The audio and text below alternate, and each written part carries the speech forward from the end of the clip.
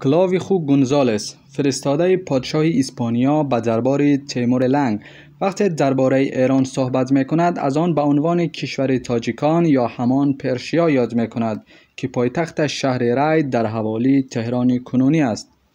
وی می نویسد که تیمور بعد از آن که فرمانروای سمرقند را به دست خود گرفت، مغولستان و هند و بعد کشور خراسان را گرفت که کشور قدرتمند است، و بعد از آن تمام قلمرو کشور تاجیکان را که همان فارسا هستند که کرسی آن به شهر ری است به تصرف خود درآورد. عجیب است که گونزالس از خود سمرقند و خراسان به نام کشور تاجیکان یاد نمی کند، بلکه از بخش اعظم از ایران کنونی به نام کشور تاجیکان یاد می کند.